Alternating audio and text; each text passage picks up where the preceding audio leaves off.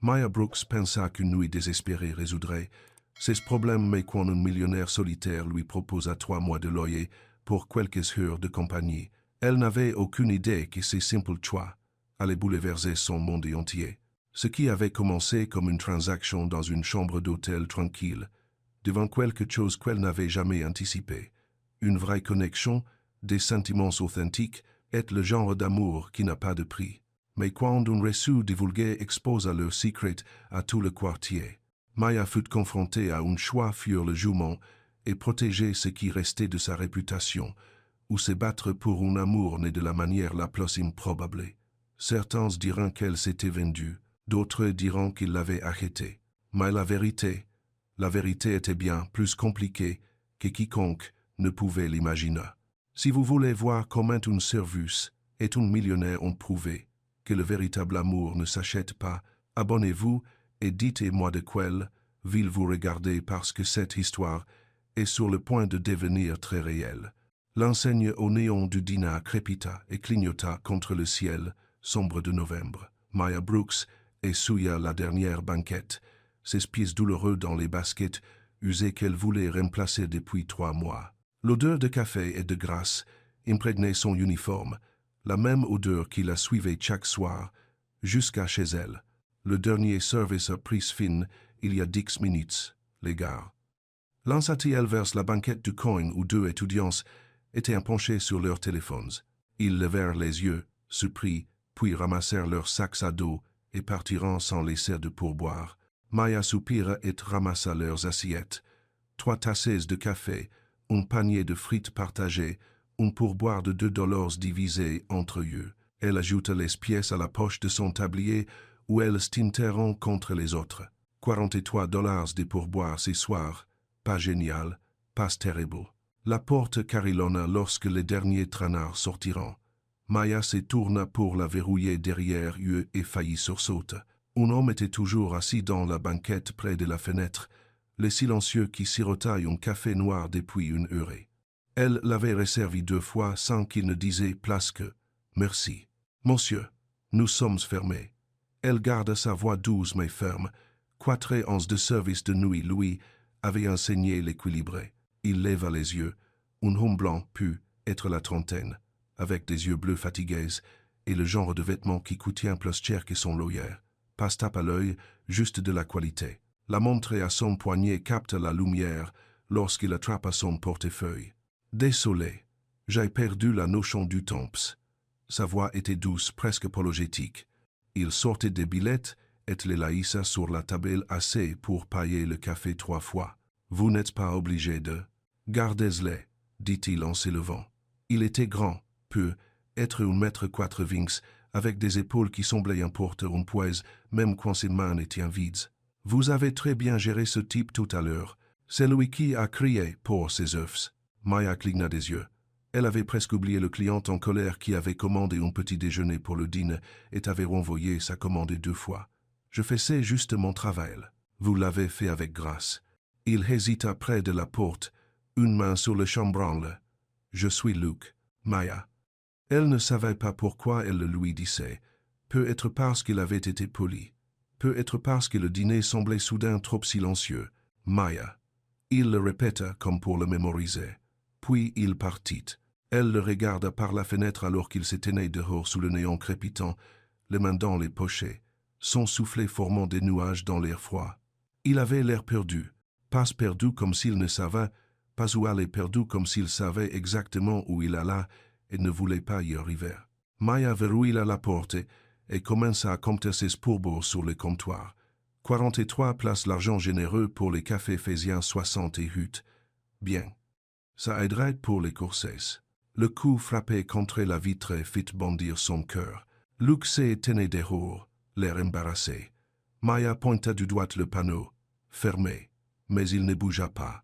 Il restait simplement là, la neige commençant à tomber autour de lui, ressemblant à un homme qui avait marché jusqu'au bord de quelque chose et ne pouvait pas reculer.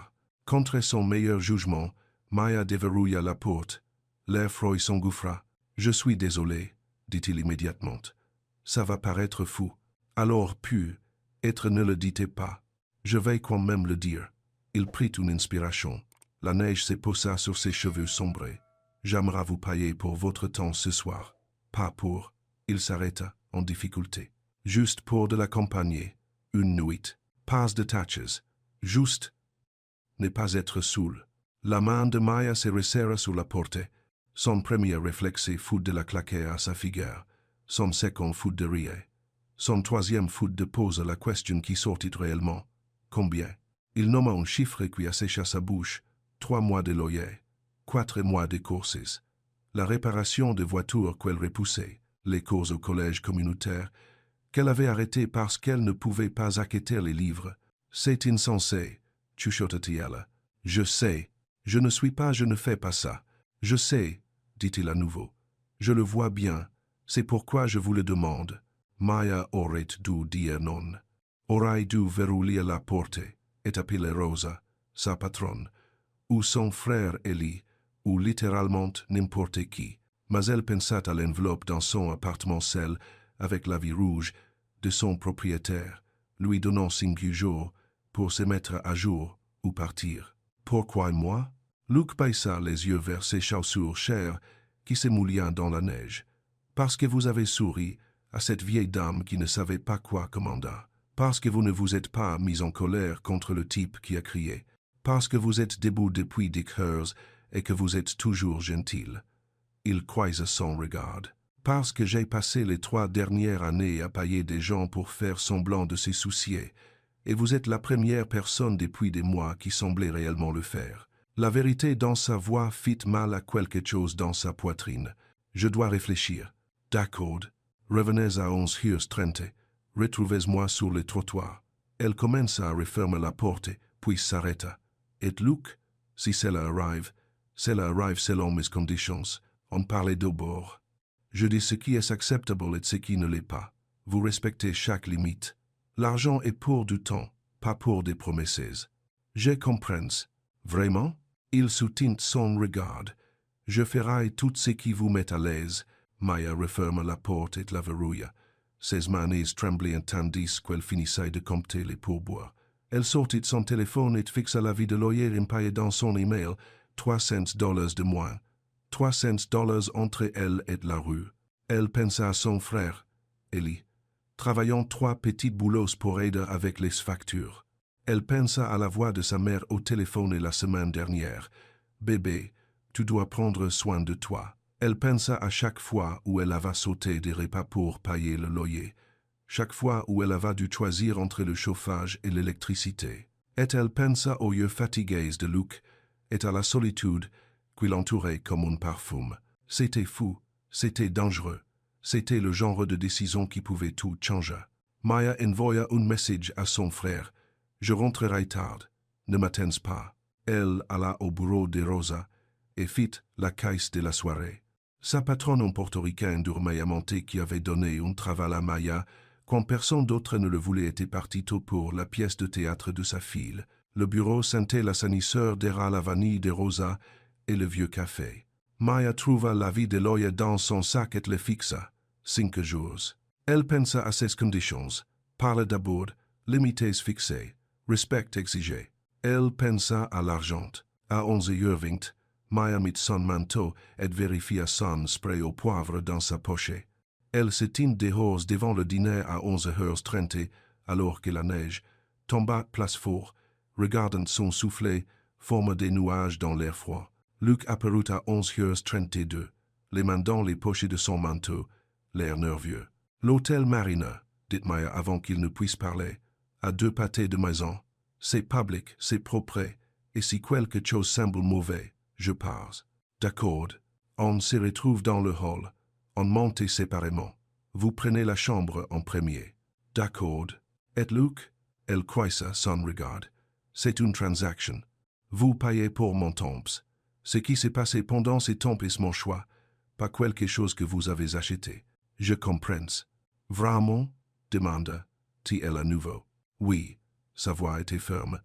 Je ne cherche pas à acquitter autre chose que la chance de ne pas être saoul pour une nuit. Tout ce que vous êtes prêt à donner au-delà de cela est un cadeau, pas un achat. Maya hocha la tête.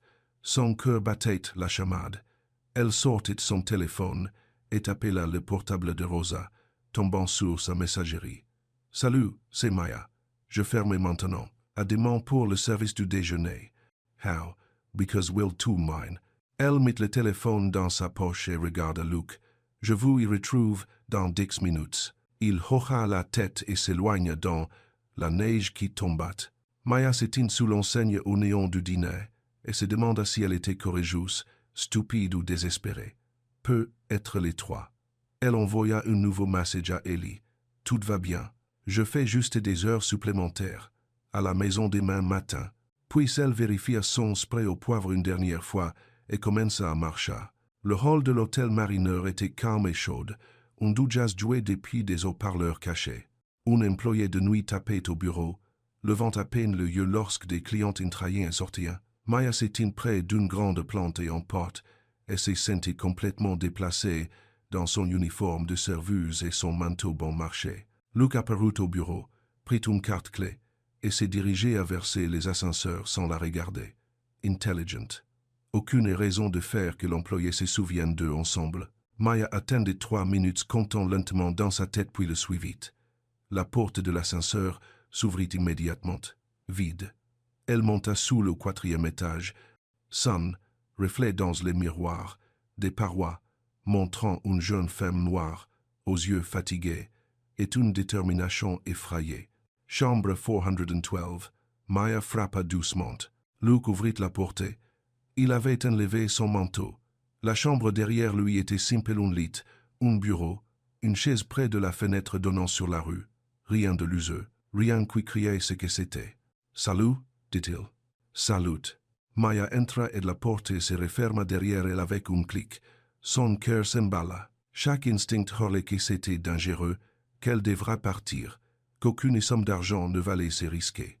Mais Luke se déplaça de l'autre côté de la pièce, lui donnant de l'espace.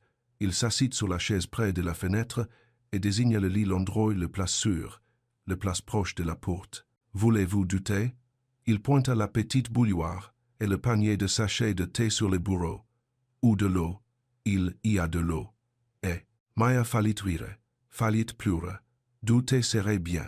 Il remplit la bouilloire avec l'eau du robinet de la salle de bain et la brancha. Le son de l'eau chauffante remplit le silence. Maya s'assit au bord du lit, gardant son manteau, son sac sur les genoux. « Merci d'être venu, » dit Luke, toujours debout de l'autre côté de la pièce. « Je sais que c'est étrange, c'est au-delà d'étrange. »« Juste. » Il sourit légèrement. « On commence par la partie conversation. »« Oui. » La bouilloire fit un clic. Luke prépara 2 tasses de thé camomille pour les deux, et en apporta une sur le bureau près de Maya, sans trop s'approcher.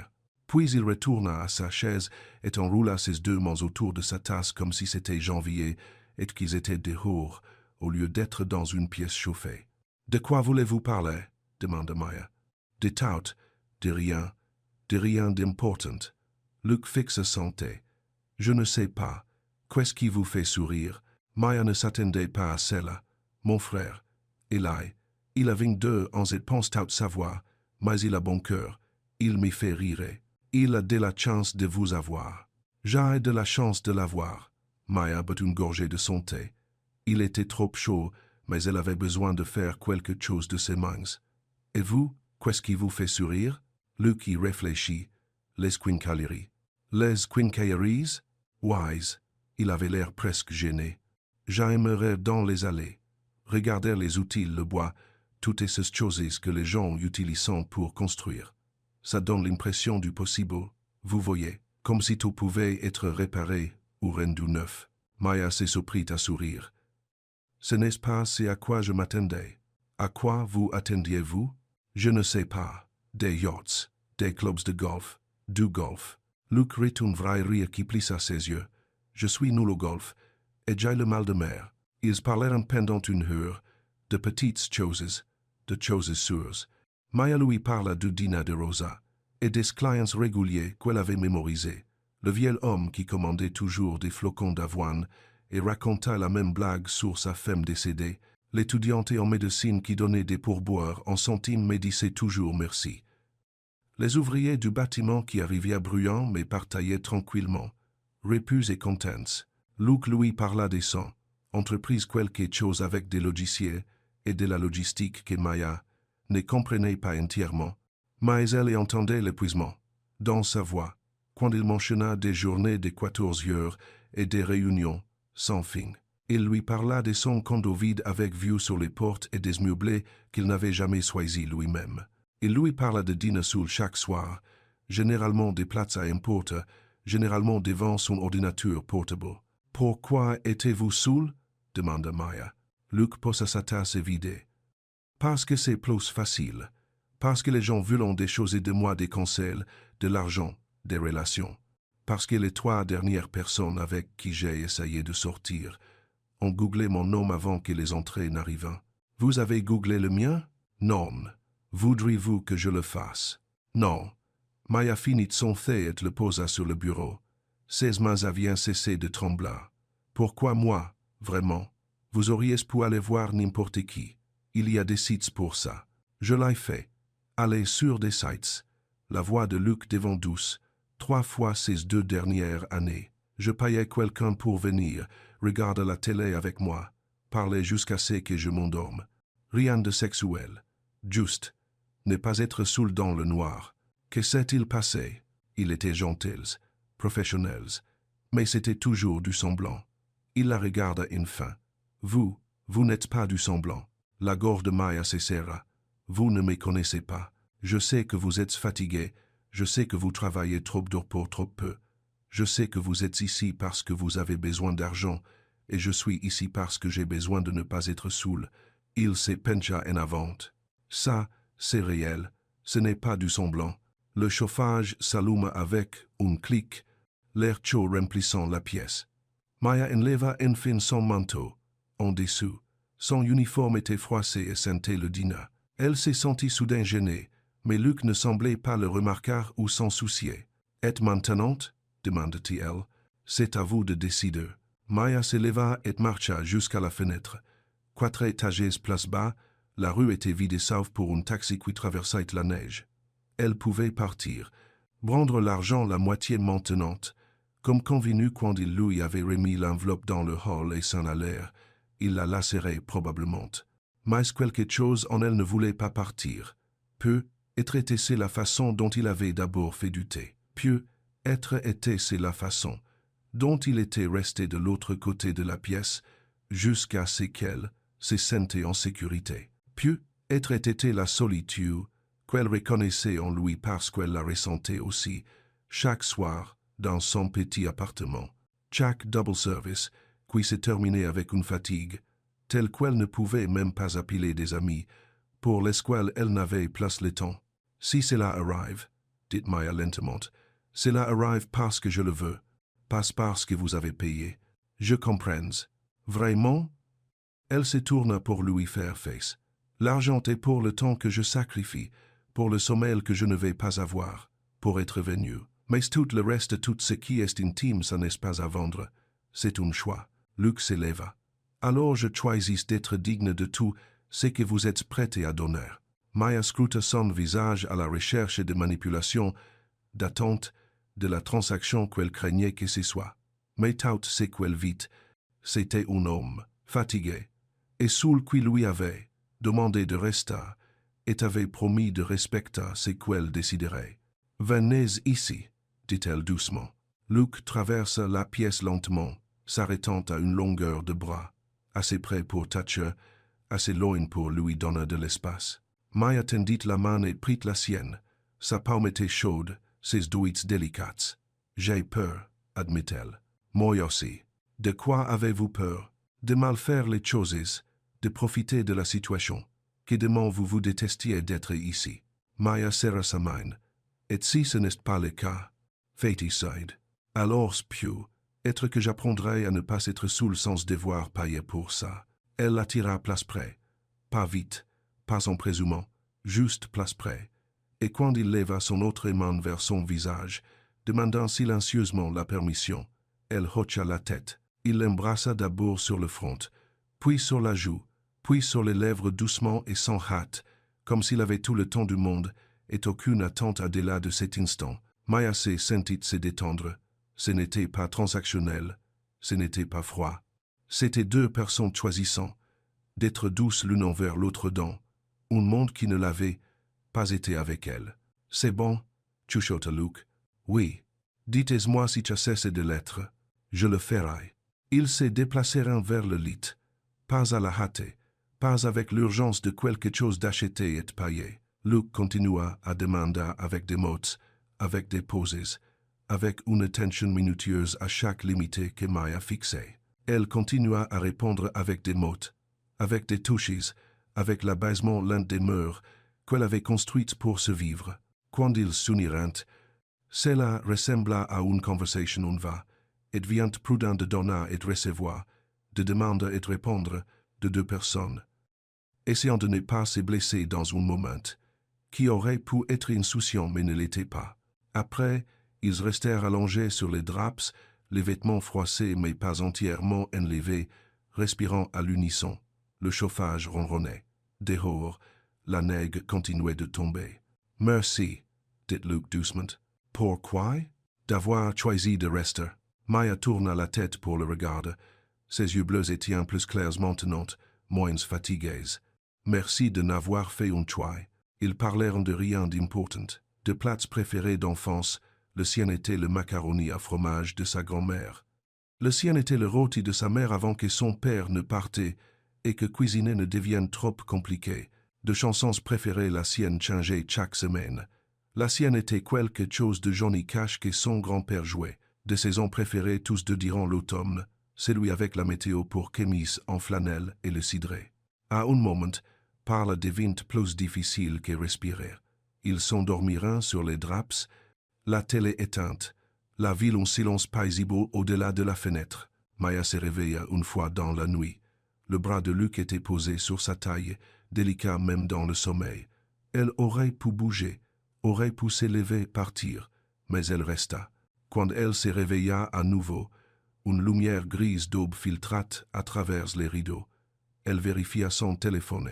6H47. Luke était déjà réveillé, assis au bureau, écrivant quelque chose sur le bloc-notes de l'hôtel. Il leva les yeux quand elle bougeait. « Bonjour. »« Bonjour. » Sa voix était rauque de sommeil. Luke s'éleva et lui apporta un verre d'eau de la salle de bain.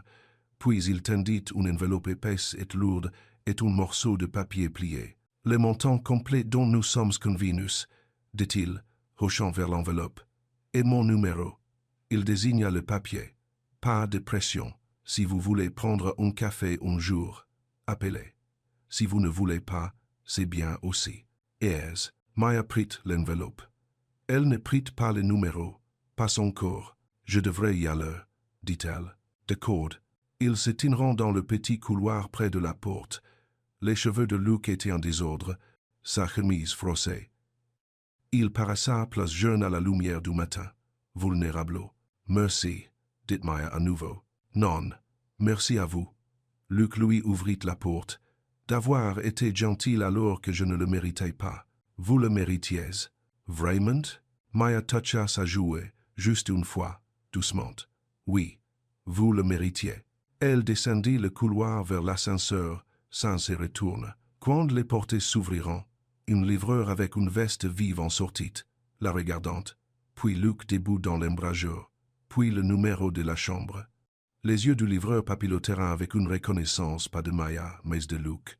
Maya entra dans l'ascenseur et appuya sur le bouton du hall. Les portes se refermèrent. Elle ne pleura que lorsqu'elle fut dehors dans l'air froid du matin, marchant vite vers l'arrêt de bus, l'enveloppe dans son sac et le souvenir des mains délicates, de Luke sur sa peau et la peur qu'elle venait de faire, quelque chose qui ne pourra jamais être défait. L'appartement de Maya était silencieux quand elle rentra à 7h40. La porte des lits était fermée, il avait un service de livraison à 9h. Le radiateur claquait et sifflait, luttant contre le froid de novembre. Maya posa son sac sur le comptoir de la cuisine et fixa l'enveloppe à l'intérieur. Elle la sortit. Les billets étaient nets, neufs, réels.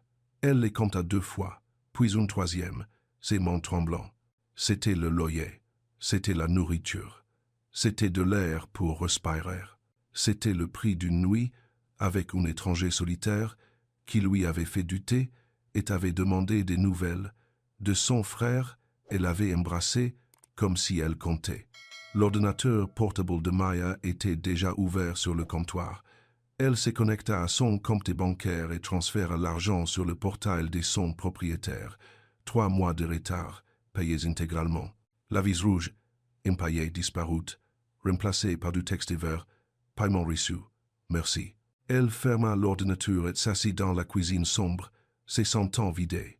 Passe à elle, passant tous, juste, changé. Comme si elle avait franchi une ligne qu'elle ne pouvait plus effacer. Maya? La voix d'Oli venait de sa portée. C'est toi? Weiss. To the labors. Son frère apparut en sweat à capuche et pantalon de survêtement, se frottant les yeux. Il était grand et mince, avec la même peau brune et chaude et les yeux attentifs que Maya.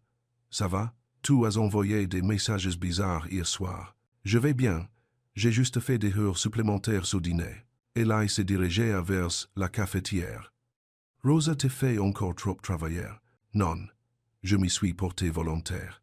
Maya garda sa voix stable. J'avais besoin d'argent. On a toujours besoin d'argent. Eli mesura le café, lui tournant le dos. Mais tu as l'air épuisé. Tu dois prendre soin de toi. Je le fais. T'en es sûr? Maya se leva et attrapa son manteau. Je dois prendre une douche avant mon service de midi. Ne consomme pas toute l'eau chaude. Quand est-ce que je fais ça? Hire. Eli s'arrête. C'était un accident. Maya esquissa un sourire et se réfugia dans la salle de bains. Sous le jet brûlant, elle frotta l'odeur du dîner sur sa peau, et avec elle, le souvenir des mains de Luke, ses questions prudentes, sa façon de dire merci, comme si elle, lui, avait offert quelque chose de précieux et non une chose achetée. Elle s'habilla avec un jean propre et une poule, attacha ses cheveux en cul de cheval, et essaya de ressembler à une femme qui n'avait pas passé la nuit dans une chambre d'hôtel avec un inconnu. À 11h50, elle passa devant le Mariner Hotel en se rendant au dîner. Elle ne leva pas les yeux vers les fenêtres, ne se permit pas de se demander quelle chambre avait été la leur. Elle continua simplement à marcher, le froid matinal lui mordant les joues. L'affluence du déjeuner chez Rosa's dîner commença à 12h15. Maya noua son tablier et plongea dans les rythmes familiers cafetières, tickets décommandés, grésillement du grill, le chaos confortable de gens affamés et de nourriture grassée. À 12h05, la clochette au-dessous de la porte éteinte. Maya leva les yeux de la cafetière qu'elle était en train de servir et se figea. Luke se glissa dans une box près de la fenêtre le même que la veille. Il portait un jean et une poule simple, essayant d'avoir l'air décontracté. Mais Maya perceva la tension dans ses épaules. Rosa le remarqua. Elle se pencha vers Maya à la passer. C'est le gars d'hier soir, c'est lui qui a laissé un gros pourboire. Wise. Il est revenu pour toi. Il est revenu pour du café. Les yeux sombres de Rosa se plissèrent. Mira, je tiens ce dîner depuis 20 ans. Les hommes ne reviennent pas pour le café. Maya attrapa un menu et se dirigea vers les box de Luke. Son cœur battait la chamade. Qu'est-ce que je vous sers? Café. Et un BLT, s'il vous plaît. Sa voix était polie, normale, comme s'ils étaient étrangers. Comme si la veillée n'avait pas eu lieu. Tout de suite. Tu menaces. Elle lui servit son café et porta la commander en cuisine. Quand elle apporta le sandwich Queens et Minis Plastard, Luke avait laissé un mot sur le reçu. J'ai aimé parler avec vous. Pas de numéro de téléphone. Pas de pression. Juste ça. Maya mit le mot dans sa pochette et continua à travailler. À 2h, Luke laissa un pourboire, normal ni trop peu et sortit. Maya le regarda par la fenêtre rester un moment sur le trottoir, les mains dans les poches, avant de s'éloigner. Rosa apparut à son côté. Il t'a invité à sortir? Non, mais il le voulait. 2000. Rosa, je dis juste, fais attention.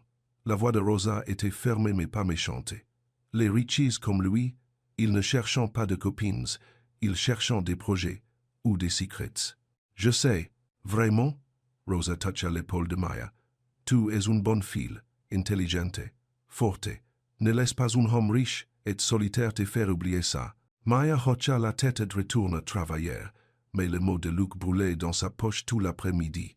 À 6h30, Maya finit son service et poussa la porte de derrière pour entrer dans la ruelle où les camions de livraison déchargeaient les provisions.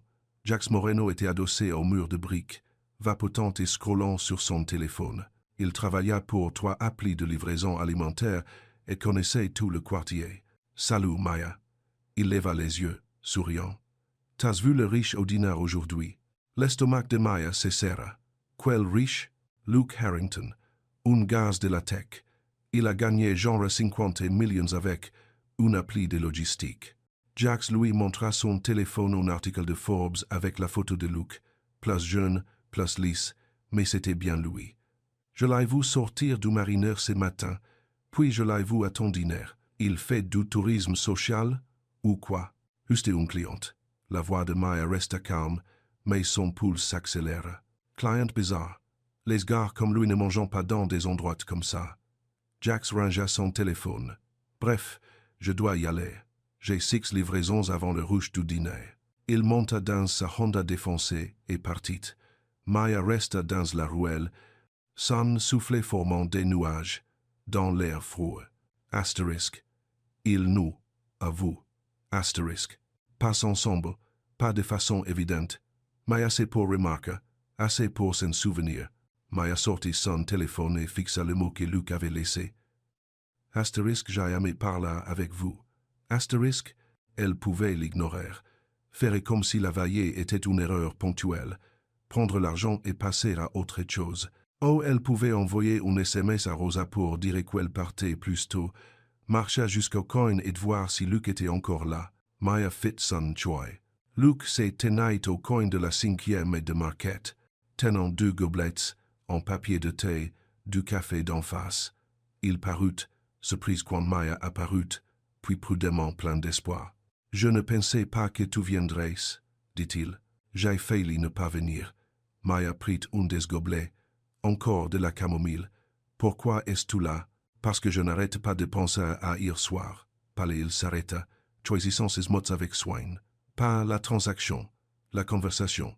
Ta façon de parler de ton frère. Ta façon de rire quand je t'ai parlé des Quincailleries. Luke, je sais ce que la nuit dernière était censée être. Je sais ce que j'ai payé.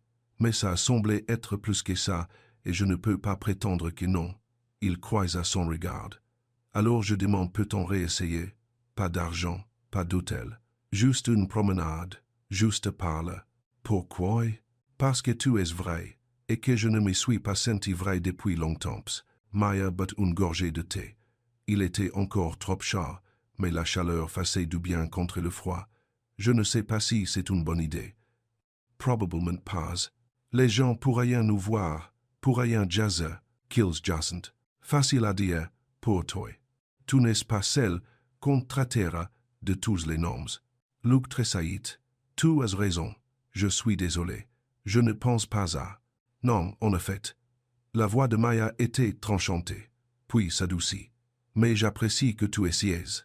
Ils marchèrent vers le front de demeure, buvant leur thé en silence. Le port s'étirait gris et froid sous le ciel nuageux. Quelques joggeurs passèrent. Un sans-abri demanda de la monnaie, et Luke lui donna $5 sans hésiter. « Dis-moi quelque chose de vrai, » dit Maya finalement. « À propos de quoi? De toi. Quelque chose qui n'est pas dans Forbes. Tu. » The Sages. Luke réfléchit. Ils s'arrêtèrent à un banc surplombant le mais ne s'assirant pas. Je n'ai pas eu de vraie conversation avec quelqu'un qui n'était pas sur ma paille depuis 6 mois. Tout le monde veut quelque chose. Tout le monde joue un rôle. Je suis tellement fatigué de jouer. Qu'est-ce que tu veux? Je ne sais pas. Quelque chose de simple. Quelque chose qui n'a pas d'étiquette de prix. Il la regarda. Et toi, qu'est-ce que tu veux? Maya regarda une mouette plonger vers des déchets flottant dans le port. Ne pas être fatigué tout le temps. Suivre un cours à la fac sans devoir choisir entre les livres et le loyer. Avoir un jour de congé où je ne le passais pas à rattraper les factures. Elle rit, mais cela sonna amer. Je veux ne pas avoir à prendre de l'argent à des inconnus juste pour survivre. C'est ce que je suis. Un inconnu? Oui. Et non. Maya se tourna vers lui. Je ne sais pas ce que tu es.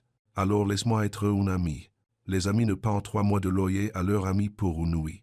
La mâchoire de Luke se serra.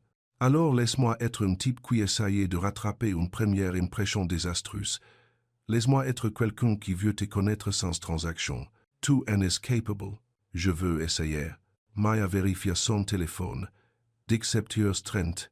Ellie serait à la maison pour 19h, probablement avec des plats à importer obtenus à prix réduit via son appli. Elle devra rentrer. Devrait mettre de la distance entre elle et cet homme qui compliquait tout. Au lieu de cela, elle dit 20 minutes. On marchait 20 minutes, puis je dois rentrer. D'accord. De manication, s'entendre 22. Et on établit des règles. Quelles règles? Pas de discussion d'argent, pas de résoudre mes problèmes, pas d'essayer de m'y sauver. La voix de Maya était ferme. Si on fait ça, si on essayait d'être amis, ça doit être égal. Passe-moi reconnaissante. Toi généreux. Égal. Égal, acquiesça Luke. Je peux faire ça. Ils marchèrent le long de la promenade du front de mer, leur soufflet formant des nuages dans le froid. Maya lui parla de la bibliobus, qui venait dans son quartier quand elle était enfant. Comment elle attendait chaque mardi avec sa carte de bibliothèque. Comment l'odeur des vieux livres la faisait encore se sentir en sécurité. Luke lui parla de la quincaillerie de son grand-père. Comment il y avait passé ses étés à apprendre la différence entre une vie cruciforme et une vie à tête plate. Comment l'odeur de la sciure le faisait encore se sentir comme un gamin. Ils se disputèrent sur le café. Maya le préférait sucré et léger. Luke le buvait noir et amer. Ils furent d'accord pour dire que l'hiver était mieux que l'été, que les chiens étaient mieux que les chats, que la pizza était acceptable au petit déjeuner. 20 minutes devinrent 30. Personne ne le mentionna. À 17h40, ils s'arrêtèrent au même coin où ils avaient commencé. Le thé était fini depuis longtemps. Le ciel était plat sombre. La neige menaçait à nouveau. Je devrais y aller, dit Maya. D'accord. Luke? Oui? C'était bien. Parle, marche. Juste ça. Luke sourit un vrai sourire qui atteignit ses yeux fatigués. Oui, c'était bien. Maya se tourna pour partir, puis s'arrêta. Mon frère est protecteur et curieux. S'il te voit traîner, il posera des questions. Que je lui dirai la vérité, quand est ami. Elle croisa son regard. Si c'est ce qu'on est, j'aimerais ça. Maya hocha la tête et marcha vers l'arrêt de bus. Elle ne se retourna pas, mais elle sentit Luke la regarde jusqu'à ce qu'elle tourne au coin et disparaisse de sa vue. À 18h30, l'appartement de Maya sentait le plat chinois à importer bon marché et l'affreux après-rassage d'Ellie. Son frère était assis à leur petite table de cuisine avec des barquettes de riz frites et de poulet à l'orange étalées devant lui. « J'ai un rouleau de printemps en plus si tu veux, dit-il. « Merci. » Maya laissa tomber son sac et attrapa une fourchette. Elle mourait de faim. Le déjeuner avait été du café et une poignée de frites volées. Ils mangèrent dans un silence comfortable pendant quelques minutes. Puis Ellie dit, « Tu as l'air différente. Différente comment? Je sais pas. Plus légère? Moins stressée? » Il étudia son visage. Il s'est passé quelque chose. Juste une bonne pourboire hier soir. Il a dû être vraiment bon. Maya se concentra sur son riz. Oui. Un coup à la porte et les filles sursautaient tous les deux. Ellie se leva, mais Maya fut plus rapide. Je m'en occupe.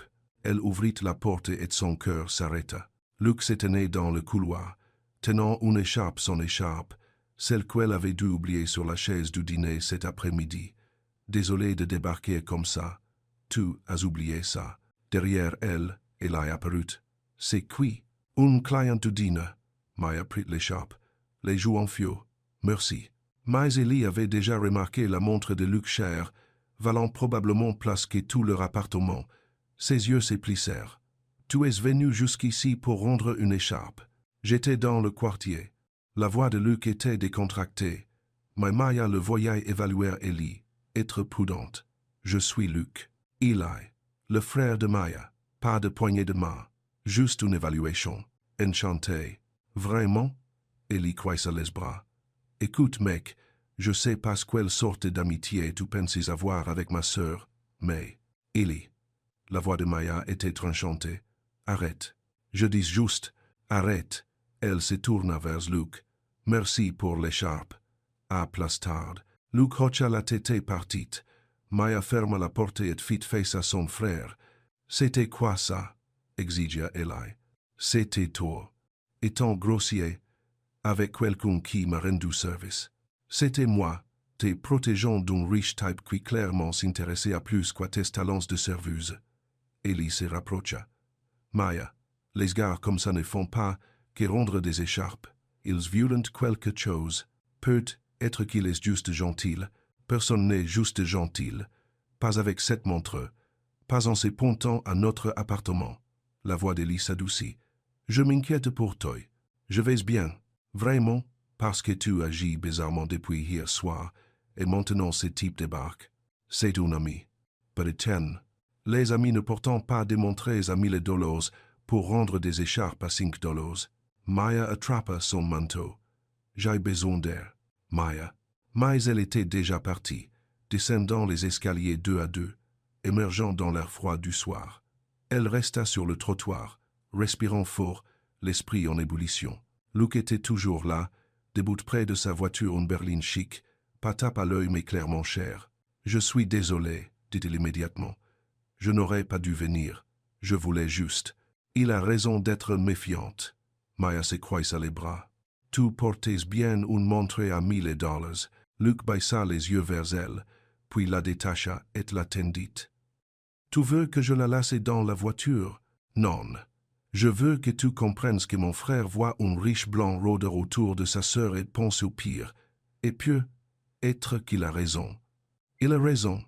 Est-ce que je suis le pire? Je ne sais pas. La voix de Maya se brisa. Je ne sais pas ce que c'est. Je ne sais pas si tu es juste un type solitaire qui veut ton ami ou si tu es. Elle s'arrêta. Je ne sais pas si je peux faire confiance à Chat. Luke s'approcha. Alors laisse-moi la mériter. Laisse-moi me montrer et être constante. Laisse-moi être quelqu'un qui rend des écharpes et n'attend rien en retour. Pourquoi? Parce que tu es la première personne depuis des années qui m'est traité comme un être humain au lieu d'un compte en banque. Sa voix était nouée, parce que j'ai passé la nuit dernière à te par là, vraiment par là, et je ne me souviens pas de la dernière fois où j'ai fait ça, parce que je veux savoir ce que ça fait d'avoir quelque chose de vrai. Maya leva les yeux vers lui. La neige avait recommencé à tomber, se posant dans ses cheveux et sur ses épaules. C'est compliqué, je sais. Mon frère ne te fera pas confiance. Je mériterai sa confiance aussi. Les gens vont jaser, qu'ils jassentent. Maya voulait s'éloigner, voulait se protéger, voulait retourner à la semaine dernière, quand sa vie était simple et puissante, et non compliquée par un millionnaire solitaire, qui faisait du thé et demandait ses chansons préférées. Mais elle ne s'éloigna pas. Petit déjeuner, dit-elle. Vendredi matin, Android public. Chacun sa part. Chacun sa part? On partage l'addition. Égal. Tu te souviens? Luke s'arrête. Égal. Je m'en souviens. 7 heures. Le dîner. J'ai le service de midi après. Je serai là. Maya se retourna et remonta. Quand elle atteignit son appartement, Eli l'attendait. C'est l'ami? Demanda-t-il. Wise. Maya. Je sais. Elle leva une main. Je sais à ça quoi ça ressemble. Je sais ce que tu pensais. Juste, donne-moi le temps de comprendre ça. Il a étudié son visage, puis soupira. Fais attention, d'accord? Les riches comme lui, ils ne font pas d'amis, ils font des projets. Et quand ils ont fini, ils partent. Peut-être. Pas de peut-être, c'est comme ça que ça marche. Maya accrocha son manteau et alla dans sa chambre. Elle s'allongea sur son lit et fixa les plafonds, pensant au mot de Luc faisant du thé, aux mots sur les reçus, à sa façon de rester debout dans la neige pour lui rendre son, écharpé comme si c'est la comptait. Son téléphone vibra. Un SMS d'un numéro inconnu. Astérisque, merci pour 20 minutes. Et pour la chance d'en avoir plus, elle astérisque. Maya fixa le message. Elle devrait le supprimer, devrait bloquer le numéro, devrait se protéger. Au lieu de cela, elle le sauvegarda. Et contre tout le bon sens qui lui restait, elle répondit, astérisque, à vendredi, astérisque. Le vendredi matin arriva, froid et lumineux. Maya se réveilla à 6 heures, prit sa douche, et fixa son placard pendant 10 minutes avant d'admettre qu'elle était nerveuse. Elle choisit un Jean et un pull bleu d'où rien de chic. Rien qui crie « j'essaye trop » et attacha ses cheveux en queue de cheval. Il a été déjà parti pour un service de livraison tôt. Il avait laissé un mot sur les plans de travail. Astérisque, sois intelligente. Je t'aime. Astérisque. Maya mit le mot dans sa poche et marcha jusqu'au dîner. Rosa était déjà là, préparant le rouge du petit déjeuner. Elle leva les yeux quand Maya entra par la porte de derrière. Tout est en avance. Je rencontre quelqu'un pour le petit déjeuner. Le riche, il a un nom. J'en suis sûr. Rosa cassa des œufs dans un bol. Tu manges pendant tout hors service. Hors service, c'est juste un petit déjeuner. Rien n'est juste un petit déjeuner. À 7 heures du matin un vendredi. Mais la voix de Rosa n'était pas jugeante et juste prudente. Tu l'aimes bien, ces garces. Maya attrapa un tablier même si elle ne travaillait pas encore. La routine familière la rassurait. Je ne le connais pas assez pour l'aimer bien. Mais tu aimerais? Pu être. Rosa s'essuya les mains à son tablier et se tourna complètement vers Maya. Écoute-moi, Mija. Je t'ai vu te tuer à la tâche pendant 4 ans. Tu mérites quelque chose de bien. Mais le bien ne vient pas toujours dans une voiture chère et avec une belle montre. Ok. Je sais. Vraiment? Parce que parfois on est tellement fatigué de lutte qu'on confond le sauvetage avec l'amour. La gorge de Maya se serra. Il ne me sauve pas. Tiens sûr. Have assented. Avant que Maya ne puisse répondre, la clochette de la porte d'entrée tinta. Luke entra, de la neige saupoudrant ses épaules. Il portait un jean et une veste simple, et il avait l'air nerveux d'une manière qui attendrissait le cœur de Maya. Rosa marmonna quelque chose en espagnol et retourna à ses œufs. Maya accrocha son tablier et rejoignit. Luke dans un box au fond pas celui de la fenêtre, un endroit plus tranquille. Salut, dit-il. Salut. Ils commandèrent du café noir pour lui. Léger et sucré. Pour elle étudiera les menus plastifiés, même si Maya les connaissait par cœur depuis des années. Les pancakes sont bons, dit-elle. Alors c'est serre pancakes. Ils commandèrent. Le rush matinal n'avait pas encore commencé, donc le dîner était calme, à part le grésillement du grill de Rosa et le bourdonnement bas de l'ancien réfrigérateur. Luke tripota sa tasse de café. « Ton frère me déteste toujours ?» demanda-t-il. « Il ne te déteste pas. Il est juste protecteur. C'est normal. » Luke leva les yeux. « Je serais protecteur aussi si j'avais une sœur. » Et qu'un type au hasard débarqua avec son écharpe. Tout n'est pas au hasard.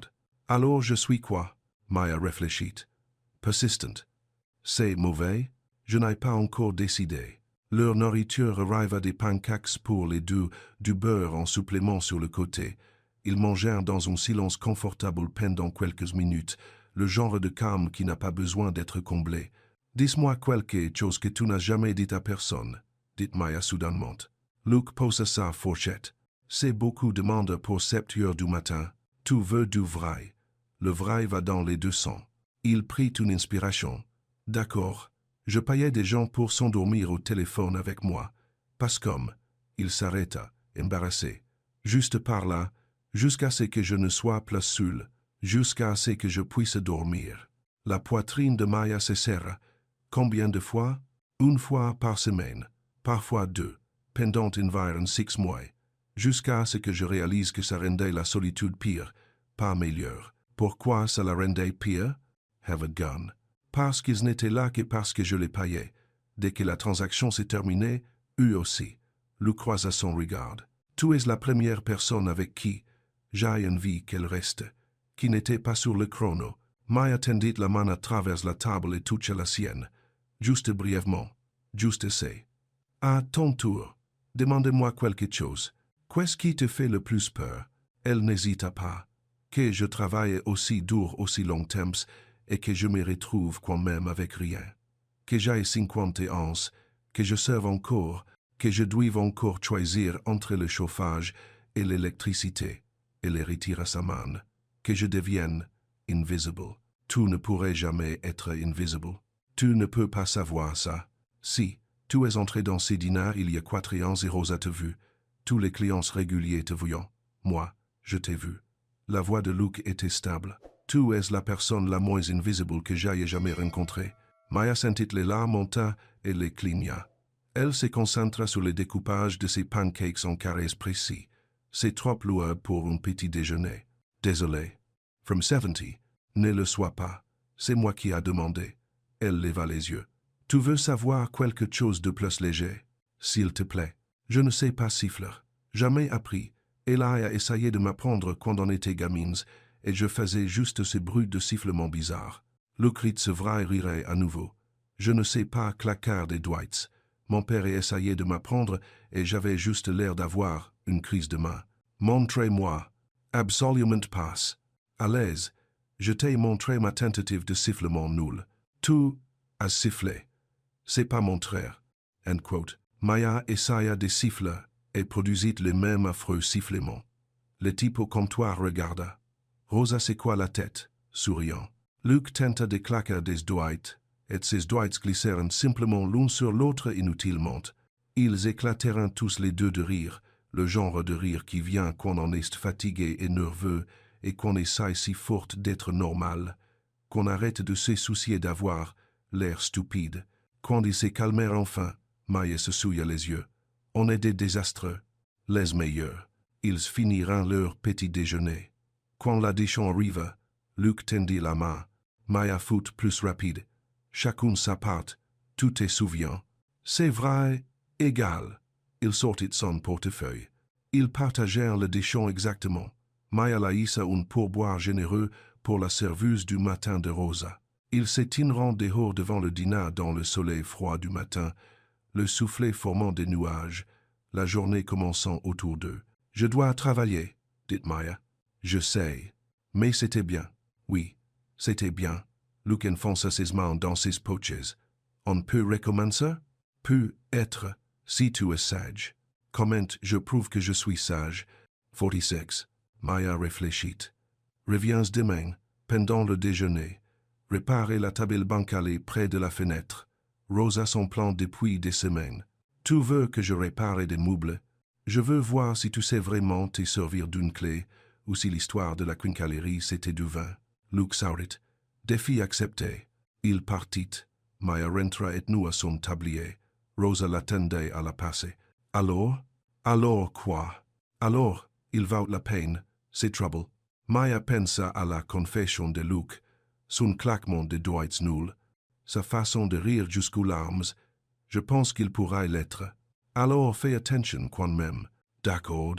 Mais alors que l'affluence matinale commençait et que Maya servait du café, prenait les commandes et souriait aux habitués, elle ressentit quelque chose qu'elle n'avait pas ressenti depuis des mois, de l'espoir.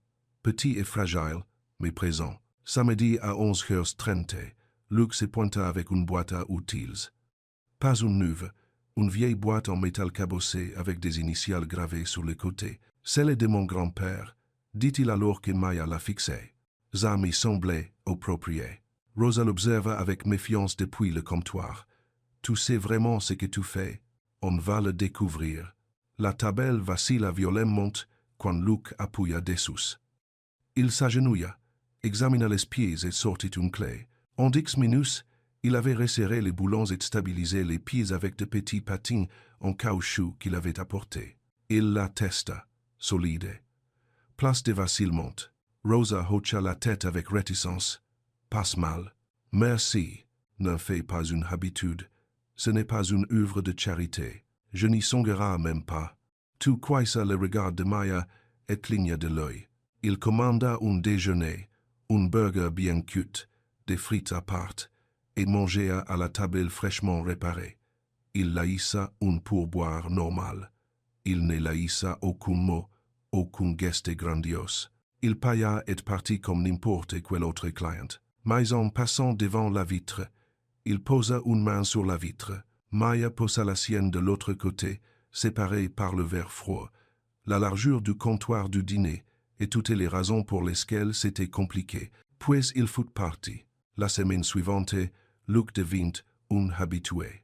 Pas tous les jours, ça aurait été trop évident, mais 3 fois, puis 4. Il commandait un café, lisait un livre, travaillait parfois sur son ordinateur portable. Il ne restait jamais longtemps, ne faisait jamais de sienne. Il existait simplement dans l'orbite de Maya, comme s'il y appartenait. Il y remarqua. Il est souvent là. Il aimait le café. Personne n'aime notre café à ces points. Maya ne discuta pas. Elle continua simplement à travailler, à sourire à Luc quand il entrait, à prétendre que son cœur ne faisait pas un bond.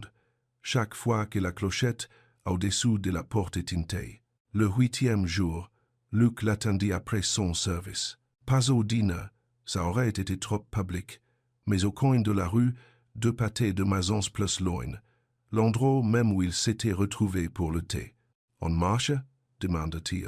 20 minutes. Marché conclu, ils se dirigèrent à nouveau vers le front de mer.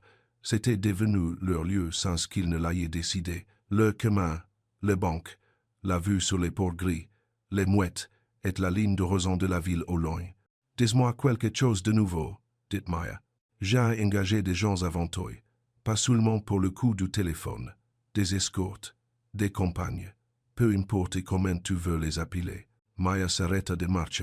« Pour le sexe? Non, juste, pour la présence. Quelqu'un pour s'asseoir avec moi pendant le dîner, quelqu'un pour regarder un film, quelqu'un pour que l'appartement semble moins vide. » La voix de Luc devint plus douce. Ça n'a jamais marché. Elle était un professionnelle, gentille, mais c'était toujours du semblant. Pourquoi tu me dis ça? Ben, parce que je veux que tu saches que je ne suis pas doué pour ça, pour le vrai. J'ai arrêté des approximations de connexion pendant si longtemps que j'ai oublié ce qui raison une vraie connexion. Il se tourna vers elle. Jusqu'à toi. Luc, je ne dis pas que je suis amoureux de toi. Je dis que je veux apprendre à l'être, avec toi, si tu m'y le permets. Le cœur de Maya battait à tout rompre. C'était trop rapide, trop honnête. Je ne sais pas si je peux faire ça. Pourquoi pas? Parce que les gens commencent déjà à remarquer. Jacques nous avoue à l'hôtel. Il t'avoue au dîner. Ce n'est qu'une question de temps avant que quelqu'un fasse le lien et commence à parler. La voix de Maya se brissa. Et quand ça arrivera, ce ne sera pas « Regardez le joli couple ». Ce sera « Regardez la serveuse qui a couché avec les riches pour de l'argent ». Je ne laisserai pas ça arriver. Tu ne peux pas l'empêcher. Tu ne vis pas dans mon monde. Tu ne comprends pas ce que les rumeurs font. Luc tendait les mains vers les siennes. Alors aide-moi à comprendre. Apprends-moi. Fixe des limites.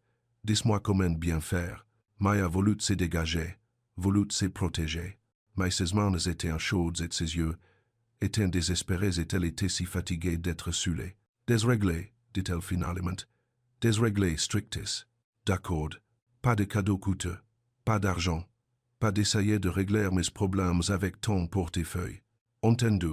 Pas de démonstrations publiques qui donnent l'impression que je suis ton trophée. On y va doucement. On garde ça discret jusqu'à ce que je sois prête. D'accord.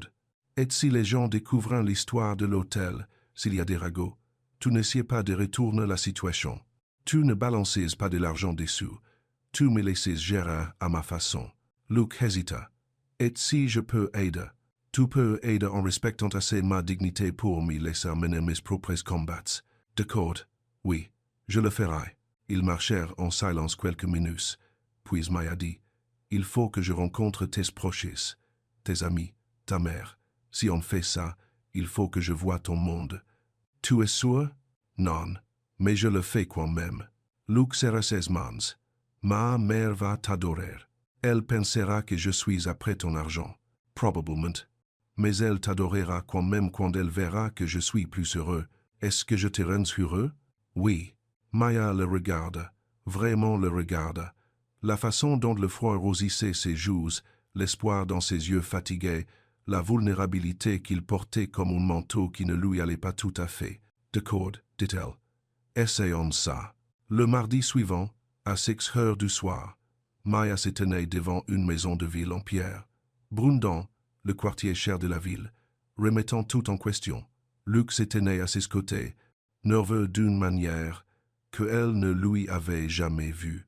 Elle va poser des questions directes, l'avertit-il. Elle est protectrice. Elle a raison de l'être. Sois juste toi-même.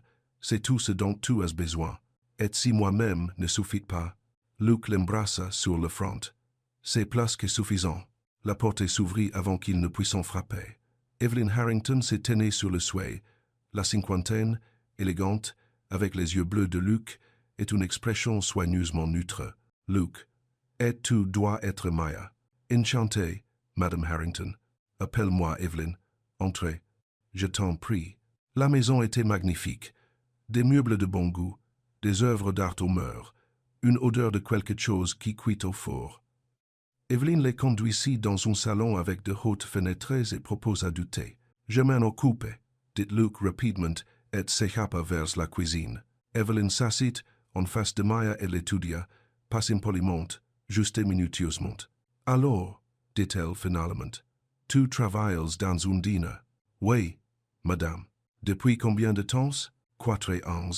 Depuis que j'ai 22 ans. Et tu as rencontré Luke là-bas? Beanies, Maya choisit ses mots avec soin. Il était client. On a commencé à discuter. Je vois. Evelyn bat une gorgée de thé. Mon fils est saoul depuis longtemps. Je suis sûr que tu l'as remarqué. Oui. Il est aussi riche. Je suis sûr que tu l'as remarqué aussi. Oui, madame. Alors pardonne-moi d'être direct, mais j'ai besoin de savoir. Es-tu ici pour lui, ou pour ce qu'il peut apporter? La question resta en suspens. Luke apparut dans l'embrasure, avec un plateau, figé. Maya posa sa tasse de thé. Je suis ici parce que ton fils m'y fait rire. Parce qu'il a réparé une table dans mon dîner sans qu'on le lui demande. Parce qu'il écoute quand je parle de mon frère et n'essaye pas de tout régler avec de l'argent. Elle croisa le regard d'Evelyn.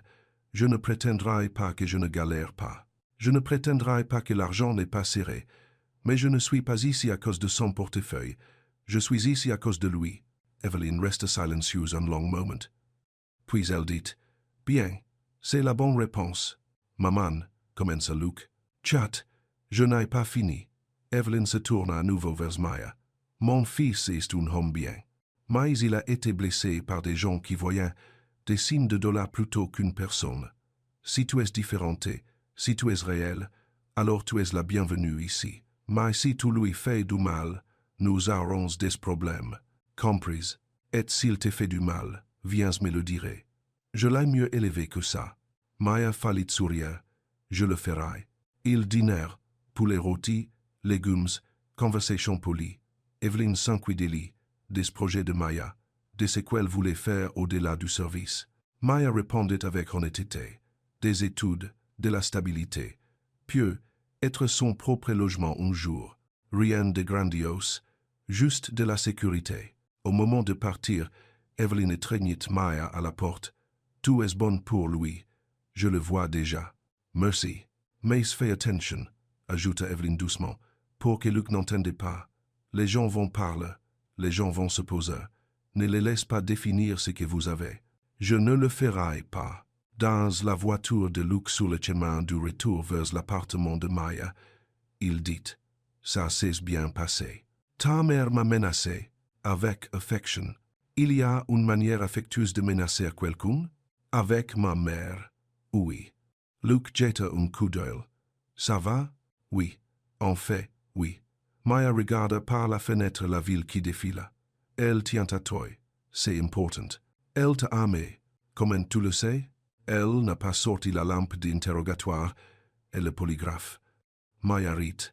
Le son remplit la voiture, chaude et réelle. Et pour la première fois depuis le début de toute cette histoire, elle s'est permis de croire que ça pourrait vraiment marcher. La photo apparut un jeudi soir. Maya était chez elle, mangeant des restes de pâté et faisant défiler son téléphone, quand la notification apparut. Un groupe de discussion du quartier dont elle avait oublié qu'elle faisait partie. Quelqu'un avait posté une image recadrée d'un reçu d'hôtel, numérique, daté de 3 semaines place Tote, le Mariner Hotel, chambre 412, une nuit. 2 noms sur la facture, Luke Harrington et Maya B. Pas de contexte, juste l'image.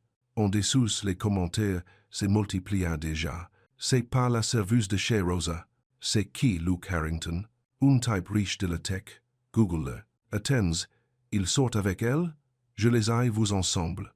Ces reçus datent il y a des semaines, avant qu'ils sortent ensemble. Vous êtes vraiment malsain. Je dis juste que ça a l'air louche. Les mains de Maya tremblaient. Son téléphone vibra avec un texto d'une vieille amie d'école. Ça va? C'est quoi cette histoire? Puis une autre vibration. Ellie. Appelle-moi tout de suite. Maya laissa tomber son téléphone. Sa poitrine se serra. Les murs de son appartement semblaient se rapprocher. Le reçu était vrai. La date correspondait. Les implications étaient claires. Tout le monde saurait. Tout le monde penserait qu'elle avait couché avec Luke pour de l'argent. Même s'ils essayaient d'expliquer, même s'ils disaient qu'ils étaient sortis ensemble après, personne ne le croirait. Ils verraient une serveuse désespérée et un riche homme seul, et tireraient la conclusion évidente. Son téléphone sonna. Et là, elle ne répondit pas. Il sonna à nouveau. Luke. Elle laissa passer sur messagerie. Une troisième fois. Rosa. Maya finit par répondre. Mija. La voix de Rosa était prudente. Je viens de voir quelque chose dans un groupe de discussion. C'est vrai? Rosa. Tu as couché avec lui pour de l'argent. La gorge de Maya se serra. Ce n'est pas ce que ça a l'air. Ita. Alors qu'est-ce que c'est? Je ne peux pas.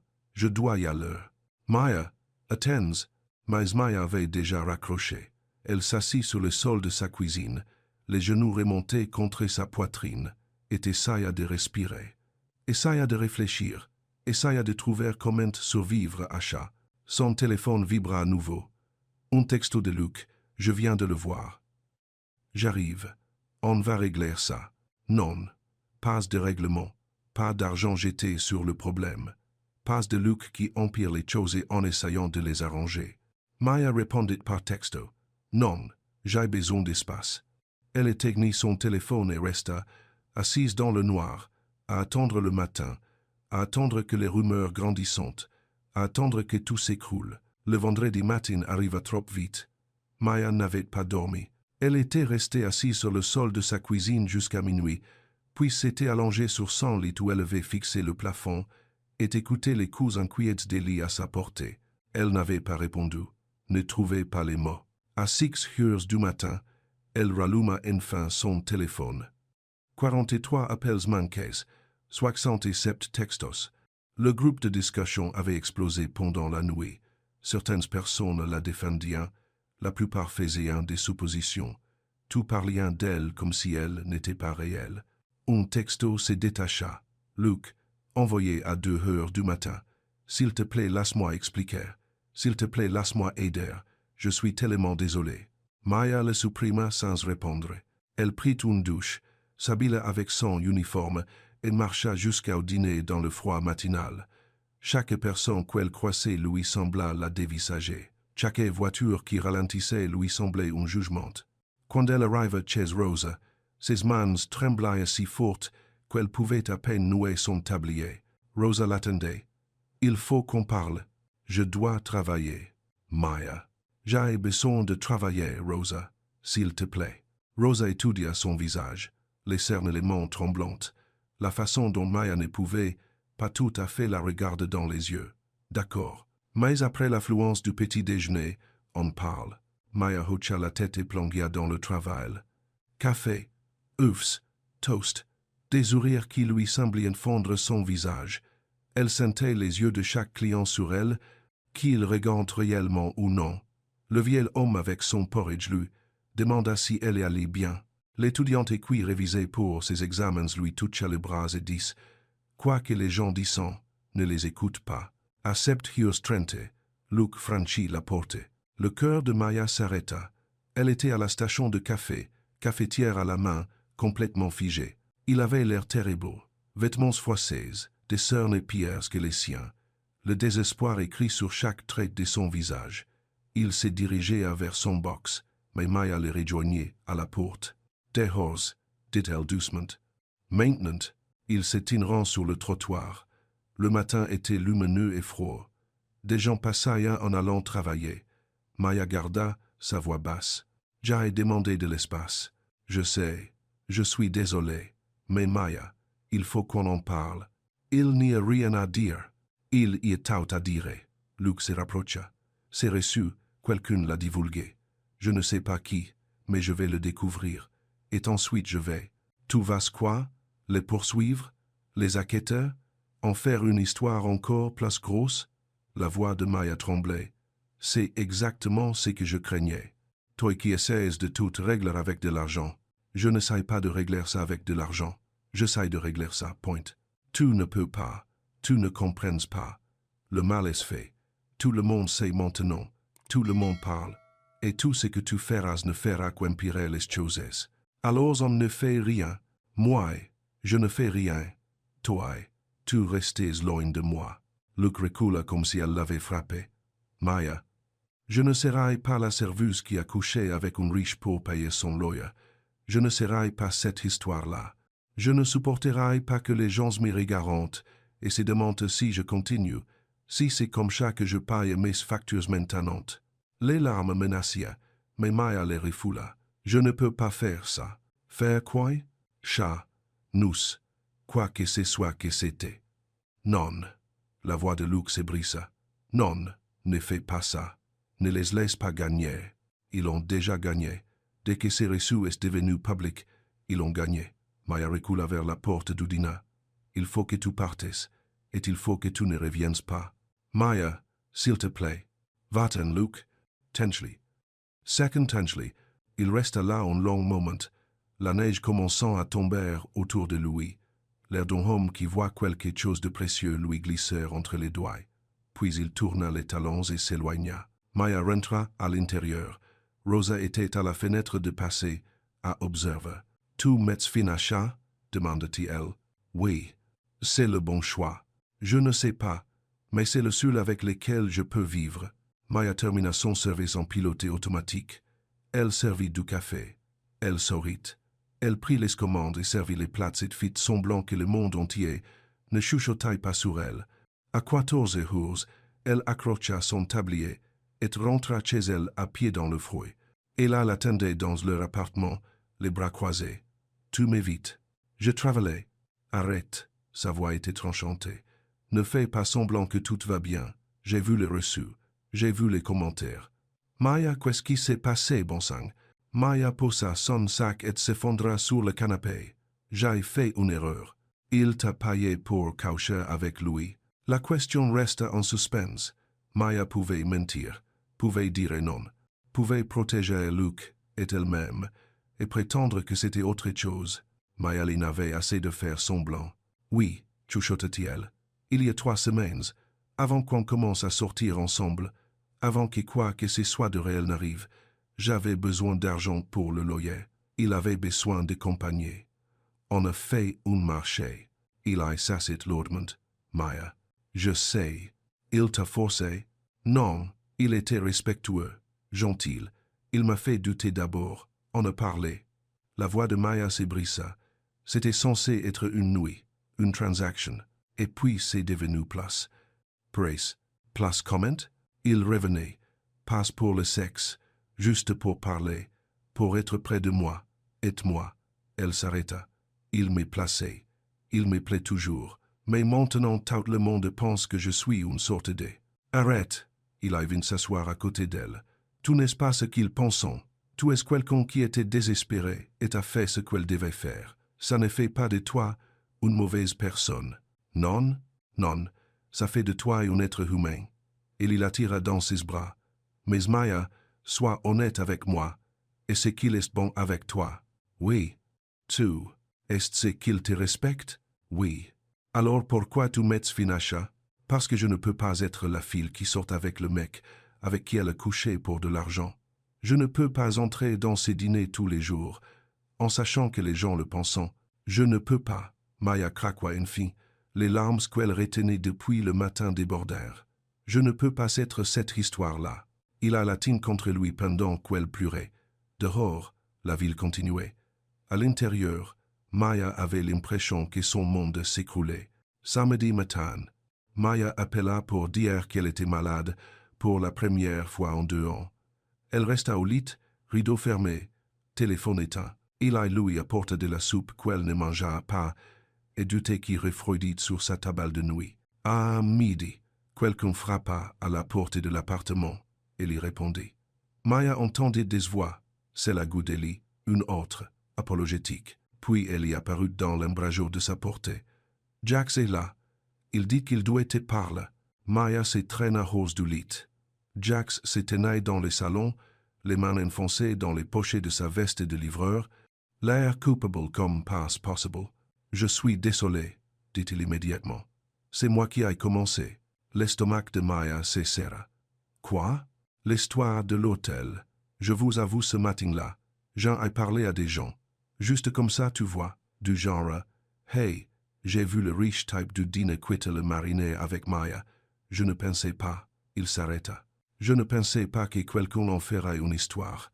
Et puis quelqu'un a trouvé le reçu d'une manière ou d'une autre, et tout ajusté, explosé.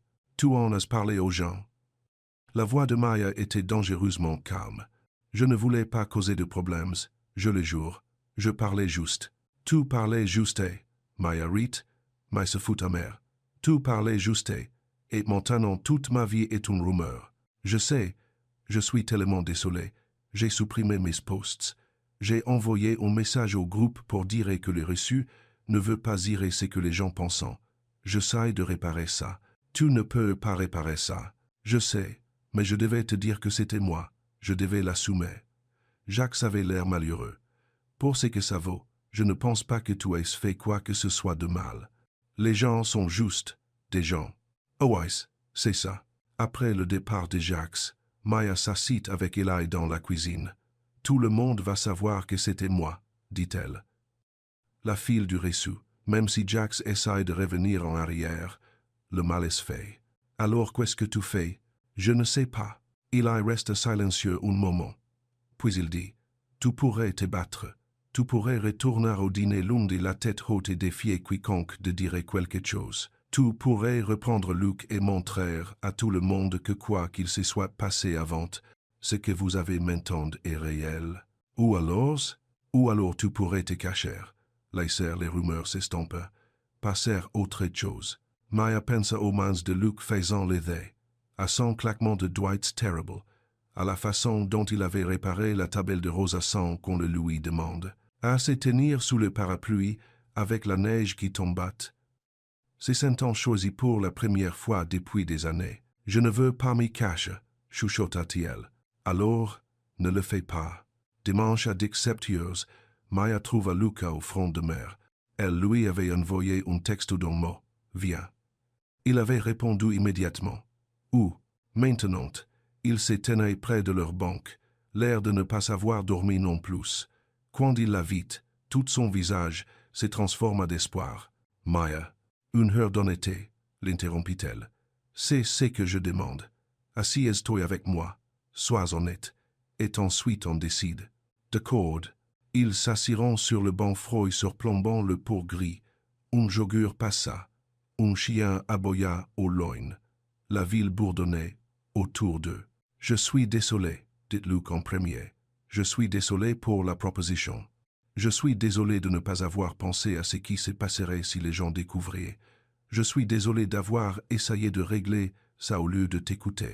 Moi aussi je suis désolé, dit Maya, d'avoir mis fin sans par là, de t'avoir repoussé alors que tu essayais aussi d'aider. Tout est protégé. Tu en avais parfaitement le droit. Peut-être. Mais j'aurais dû nous protéger aussi. Maya se tourna vers lui. Dis-moi la vérité. Pourquoi tu m'as vraiment proposé de l'argent cette nuit-là? Luc prit une inspiration. Parce que j'en avais marre d'être rejeté. Chaque personne avec qui j'essayais de sortir, chaque relation que j'essayais de construire, tout s'effondra dès qu'il réalisait qui j'étais. Ce que j'avais, et j'ai pensé, il s'arrêta. J'ai pensé que si je payais d'avance, si j'en faisais une transaction, je n'aurais pas à risquer mon cœur. Je pourrais acquitter de la compagnie sans vulnérabilité. Et maintenant? Maintenant je sais que c'était stupide. Qu'on ne peut pas acquitter une vraie connexion. Que la meilleure chose qui m'y soit arrivée, c'est que tu aies dit oui au thé d'abord, et que tu en aies fait une question de choix, pas d'argent. Les yeux de Maya s'empliront de larmes. J'ai dit oui parce que j'étais désespéré, parce que j'avais besoin d'argent pour le loyer et que j'étais à 5 jours de m'y retrouver à la rue. Je n'étais pas Nobel. Je ne faisais pas une grande déclaration sur le choix. Je sais, mais ensuite on a parlé, et tu as écouté, et ça a cessé d'être une question d'argent. La voix de Maya s'ébrissa. C'est devenu une question de toi, de nous, de se sentir moins seul. Alors où est-ce que ça nous mène? Maya sortit son téléphone et ouvrit l'application de Notes. J'ai écrit des règles. C'est dont on a besoin si on veut réessayer. Luke se pencha pour lire. Regles. Pas de cadeaux coûteux. Jamais. Ne pas payer mon lawyer ou mes factures. Ne pas essayer de régler mes problèmes avec de l'argent. Relation publique lente. On ne se cache pas, mais on ne joue pas non plus son rôle. Si on nous demande à propos de l'hôtel, on dit la vérité. On a commencé par une transaction et c'est devenu quelque chose de vrai. Des points après les moments difficiles. On parle, on ne fuit pas. Tu respectes mes limites. Je respecte ton besoin d'être utile. Partenariat égal. Passe-toi qui m'y sauves. Luke les lut 2 fois. Puis il dit, je suis d'accord avec tout, mais je veux en ajouter une. Laquelle? Numéro 9. On s'échange des clés de secours. Pas pour reménager ensemble, juste pour savoir qu'on a un endroit où aller si ça tourne mal. Maya sourit, les larmes aux yeux. Marché conclu. Ils restèrent ainsi en silence un moment. Puis Luke dit, tu m'as manqué. Ça ne fait que 2 jours, et tu m'as manqué. Tu m'as manqué aussi. Je peux t'embrasser? Oui. Il se pencha lentement, lui laissant le temps de changer d'avis. Elle embrassa doucement. On aurait dit un retour à la maison. Comme c'est choisir l'un l'autre malgré tout, comme une promesse, une possibilité et un espoir. Quand ils se séparèrent, Maya dit, il faut qu'on affronte ton monde ensemble, tes amis, ton associé, tous ceux qui vont nous juger. Mon directeur financier, Connor, n'arrête pas de me dire de gérer ça discrètement, de laisser retomber la tempête. C'est ce que tu veux.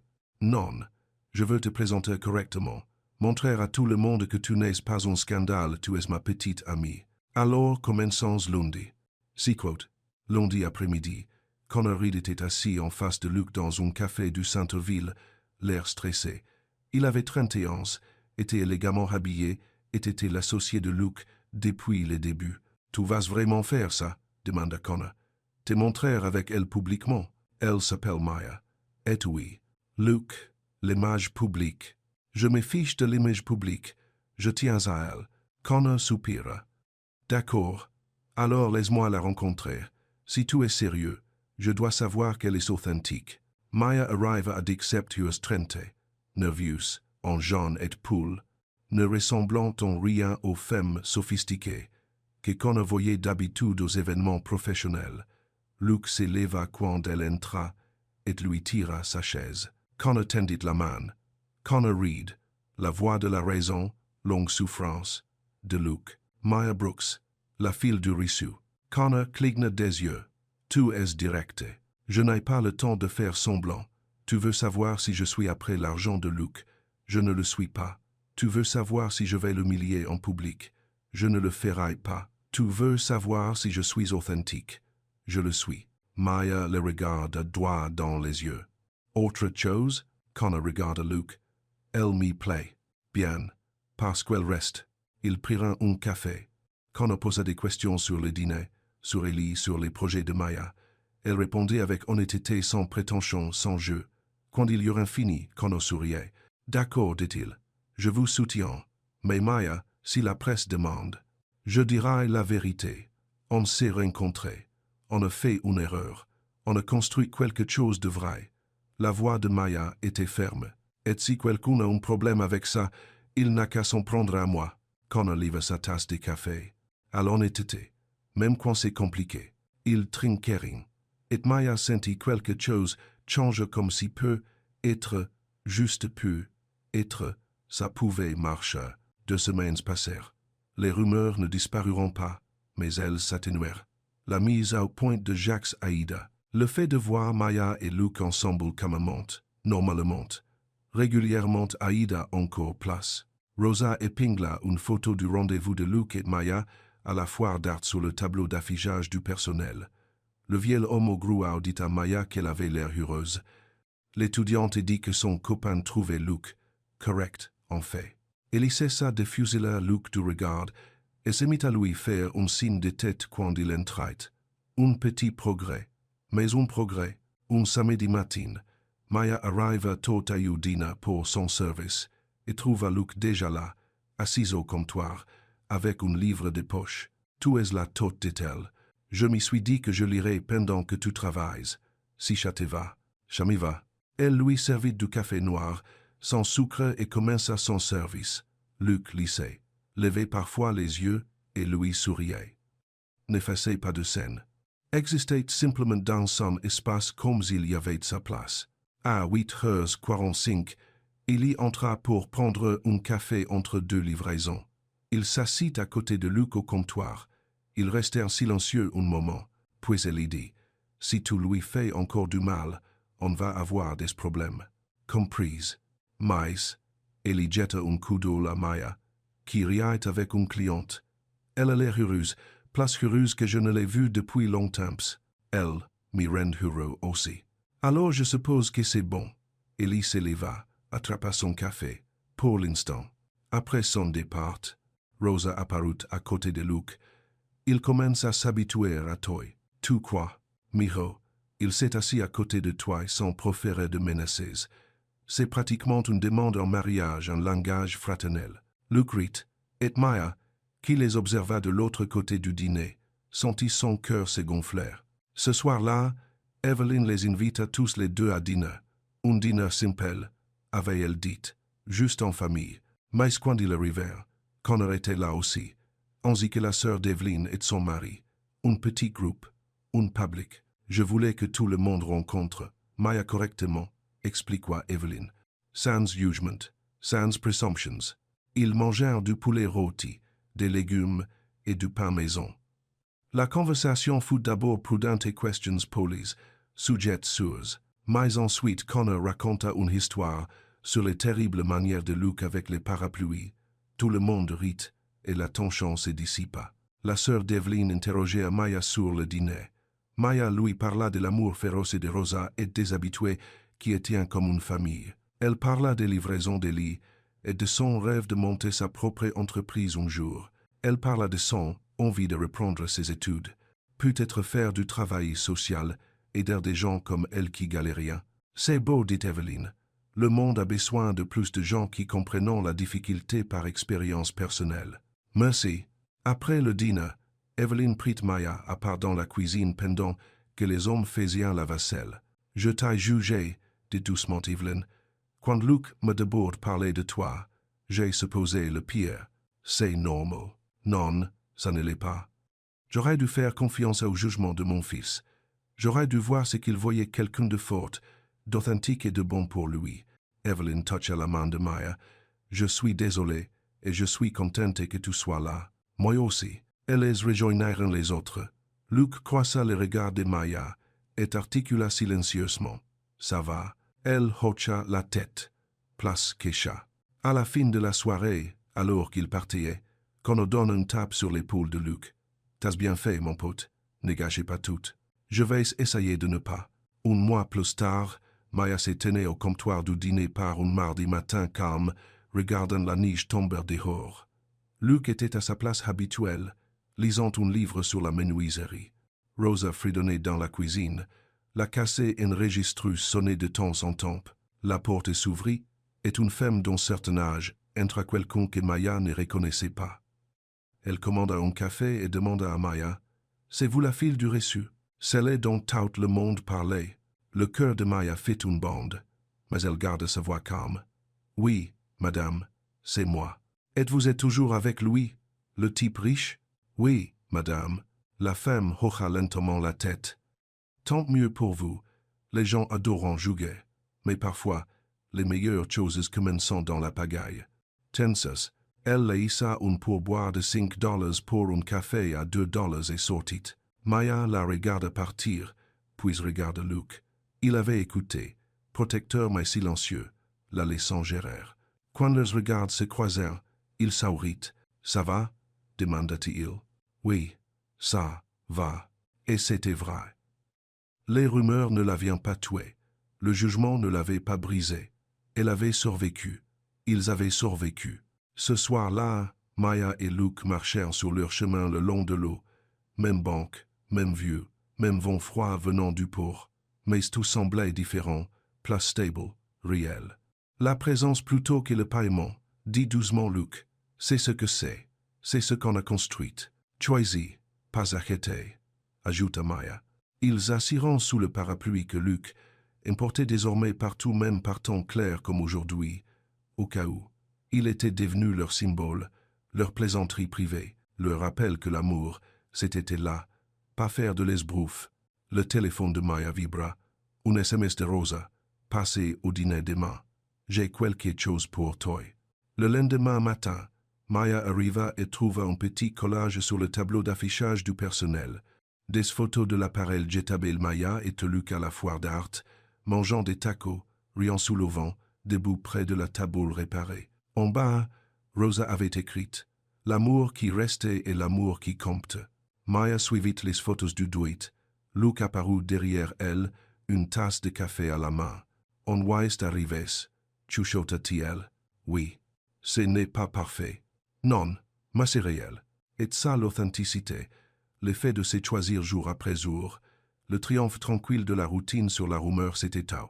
6 mois plus tard, par une matinée de printemps où le port était enfin dégelé et le soleil perçait les nuages, Luke ramena Maya aux banques du front de mer. « J'ai quelque chose pour toi, dit-il. Luke, on a parlé des cadeaux. Ce n'est pas ce genre de cadeaux. » Il sortit une clé. Pas celle de son appartement, il les avait échangées, il y avait des mois. Une autre, attachée à un simple porte-clés. C'est pour un local, expliqua-t-il. Une petite boutique à 2 pâtés de maison de chez Rosa. Je ne l'achète pas pour toi. Je ne suggère même pas ce que tu en feras. Mais le loyer est bon marché. Et j'ai pensé. Sa voix s'est perdue. J'ai pensé que tu voudras peu être la voir. Voir si ça te donne des idées. Maya prit la clé. Luke, ce n'est pas un sauvetage. Ce n'est pas moi qui règle tes problèmes. C'est juste une possibilité. Une possibilité de quincaillerie. Il sourit. Comment on en a parlé? Maya retourna la clé dans sa main. Elle était petite, simple. Mais elle représentait quelque chose de plus grand, pas Luke qui la sauvait, mais Luke qui la voyait, qui croyait en elle, qui faisait de la place pour ses rêves. Montrez-moi, dit-elle. Ils marchèrent jusqu'à la boutique. Elle était minuscule, poussiéreuse, avait besoin de travaux. Mais elle avait une bonne lumière, une vue sur la rue et du potentiel à chaque coin. « Qu'est-ce que tu en ferais ?» demanda Luke. Maya parcourut l'espace vidé, imaginant. Puis, être un centre communautaire, quelque chose de petit. Un endroit pour des gens comme moi, des gens qui ont 3 boulots, qui ont besoin d'aide pour un CV ou un budget, ou juste de quelqu'un qui les écoute. C'est parfait. C'est un rêve. Les rêves commencent quelque part. Maya le regarda. Tu aiderais? Seulement si tu le veux. Et seulement à tes conditions. Elle pensa aux règles qu'ils avaient écrites, au partenariat égal, à la présence plutôt que les paiements, à tout ce qu'ils avaient construit à partir d'un début compliqué, impossible. D'accord, dit-elle, rêvons ensemble. Ils se tenaient dans la boutique vidée, se tenant la main, imaginant un futur qui était le leur, pas acheté, pas parfait, mais choisi. Jour après jour, choix après choix, et dehors, le soleil printanier réchauffait la ville. Le dîner de Rosa servait le petit déjeuner aux habitués qui avaient arrêté de commérer et sourire. Il a livré des colis et économisé pour sa propre entreprise. Evelyne racontait à ses amis la charmante petite amie de son fils qui changeait sa vie de la meilleure façon, et dans un appartement tranquille, avec vue sur le port, un appareil photo jetable reposé sur une étagère de photos, de tacos, de parapluies, de rires et d'un amour, qui avait commencé comme une transaction et était devenu quelque chose qu'aucune somme d'argent ne pouvait acquitter. Réel, durable, choisi, fin,